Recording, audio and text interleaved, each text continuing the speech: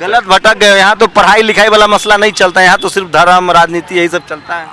आपकी सोच से या तो National fellowship and pre-matric scholarship denied by central government. और मुस्लिम समाज के कुछ युवा साथी हैं जो जंतर मंतर पर आए थे, क्यों आई थी मैम यहाँ? Actually, we are protesting against the denying policy of central government. We should know. Scholarship का जो मसला है, Maulana आप ज़्यादा National fellowship and pre-matric scholarship denied by central government. So we are protesting against that because that's our right, and minority students have the right to education, and so we are protesting against. कोई पत्रकार रुबिका लियाकत, रोमाना खान, ये सब जो so called मुस्लिम पत्रकार हैं, वो इस मुद्दे को लेकर आए कि नहीं? खबर चलाएंगे लगता है? No. कोई टीवी वाला अखबार वाला नहीं आया? सोचिए, पता नहीं। इस देश में हजारों मुस्लिम तंजीमें हैं, पत्रकार है, लेकिन कितना जरूरी मुद्दा है। कहाँ से आए हैं आप लोग? केरल से। केरला से आए हैं। हम इधर दिल्ली यूनिवर्सिटी में पढ़ते हैं। गलत भटक गए। यहाँ तो पढ़ाई लिखाई वाला मसला नहीं चलता है, यहाँ तो सिर्फ धर्म राजनीति यही सब चलता है। वो तो बस आपकी सोच से या तो या केरला से बेहतर या सेंट्रल यूनिवर्सिटी है ना, तो अच्छा पढ़ाई भी चल रहा है, तो आपको जो पता नहीं तो every students in the country have the right to study here. जो संख्या होनी चाहिए थी स्टूडेंट्स के राइट्स के लिए आप लोग जमा, वो संख्या थी आप लोग के साथ? Yeah, we should raise our voice for this. कितना स्कॉलरशिप मिलता था इसके लिए? It's not a scholarship, it's a fellowship. Maulana Azad National Fellowship. Fellowship तो कितने स्टूडेंट्स को फायदा होता था इसका? So many students in the country have This is only especially for minority. Yes, this is only for special, especially for minority, including Parsi, Sikh, Jain, Muslim, every minority. Religious minority. Religious minorities, not. also having Included. yeah SC/ST भी include था? no all minority are including in this fellowship. तो graduation में मिलता था, master के लिए मिलता था, पीएचडी के लिए मिलता था, किसके लिए फेलोशिप? PhD के लिए. पीएचडी के लिए। तो इससे क्या असर पड़ेगा? जो गरीब छात्र हैं उनके लिए मुश्किल हो जाएगी। हाँ, उन लोगों को पैसे नहीं मिलेगा ना, पैसे नहीं मिलेगा तो पढ़ाई कैसे करेगा?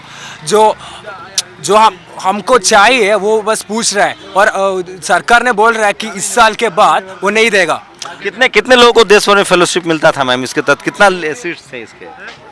We have no idea about the correct count. Accurate लाखों लोगों को मिलता है ये सब। जो कितना पैसा मिलता था मिनिमम? 28,000 ऐसा वगैरह पर मंथ। हाँ। तो सोचिए, पीएचडी हायर एजुकेशन के लिए 28,000 रुपए के आसपास। मेरी भी बहुत कम रिसर्च है, मैंने इतना ही पढ़ा है कि नई वाली जो सरकार है उसने अनाउंस किया है कि मौलाना अब्दुल कलाम फेलोशिप जो है उसको बंद कर दिया जाए। और ये छात्र थे जो जंतर मंतर पर आए थे, काफ़ी कम संख्या में भले हैं, शायद चले गए होंगे, लेकिन ये बहुत ज़रूरी मुद्दा है। सोचिए कि इस देश में लगातार जो है वो फेलोशिप जो है वो बंद किया जा रहा है। इससे पहले भी कई तरह के कई फेलोशिप बंद किए गए हैं। अब यूजीसी के जो चेयरमैन हैं अभी, जो पहले जेएनयू में वाइस चांसलर थे, उन्होंने कहा है कि सीधे बीए कीजिए और उसके बाद पीएचडी कर लीजिए। तो इस देश में पढ़ाई लिखाई पर लगातार बंदिशें जारी है, स्कॉलरशिप बंद किया जा रहा है। और चूंकि टीवी अखबार में स्पेस नहीं है इस तरह की खबरों के लिए, सोशल मीडिया पर कोई बात नहीं कर रहा है, मैं आज इस पर एक एपिसोड भी बनाऊंगा। नेशनल दस्तक पर आप लोग देखिएगा, जो स्कॉलरशिप बंद हुआ है पूरी डिटेल्स होगी मेरे पास, कितने छात्रों को फ़ायदा मिलता था, कितनी रकम मिलती थी, और हायर एजुकेशन क्यों ज़रूरी है। इसका आप अंदाज़ा इस बात से लगा सकते हैं कि जब भारत पढ़ेगा नहीं तो बढ़ेगा नहीं। एक बड़ी कोशिश हो रही है कि इस देश के तमाम जो कॉलेज है, यूनिवर्सिटी है, उसको कंट्रोल किया जाए, एजुकेशन को कंट्रोल किया जाए। और एजुकेशन कंट्रोल करने के लिए जो गरीब समाज के बच्चे हैं वो ना पढ़ पाएँ, उसके लिए ज़रूरी है कि जो फैसिलिटीज़ है, जो स्कॉलरशिप है, जो फेलोशिप है, उसको बंद किया जाए। उसी कड़ी में जो अल्पसंख्यक समाज के लिए जो स्टूडेंट, अल्पसंख्यक माइनॉरिटी, रिलीजियस माइनॉरिटी स्टूडेंट्स के लिए जो फेलोशिप था उसको बंद कर दिया गया है। बहुत गहरी साजिश से इसको समझने की कोशिश कीजिए। आप विश्वगुरु ऐसे नहीं बन सकते हैं। आपको पढ़ाई पर, विज्ञान पर, कॉलेज यूनिवर्सिटी पर खर्च करने पड़ेंगे, तभी आप विश्वगुरु बन सकते हैं। इसलिए मैं कह रहा हूँ, ये कलयुग नहीं है, कलम युग है, और उसी को रोकने की कोशिश हो रही है। कैमरामैन आशीष के साथ शंभू कुमार सिंह, नेशनल दस्तक, दिल्ली। नेशनल दस्तक की आपसे गुजारिश है कि अगर इसको बचाना चाहते हैं तो नेशनल दस्तक को सब्सक्राइब करने के लिए रेड कलर के सब्सक्राइब बटन को दबाएं, फिर बेल आइकन की घंटी दबाएं, नेशनल दस्तक को बचाने के लिए बहुत जरूरी है कि हर खबर को शेयर करें, लाइक करें, कमेंट जरूर करें।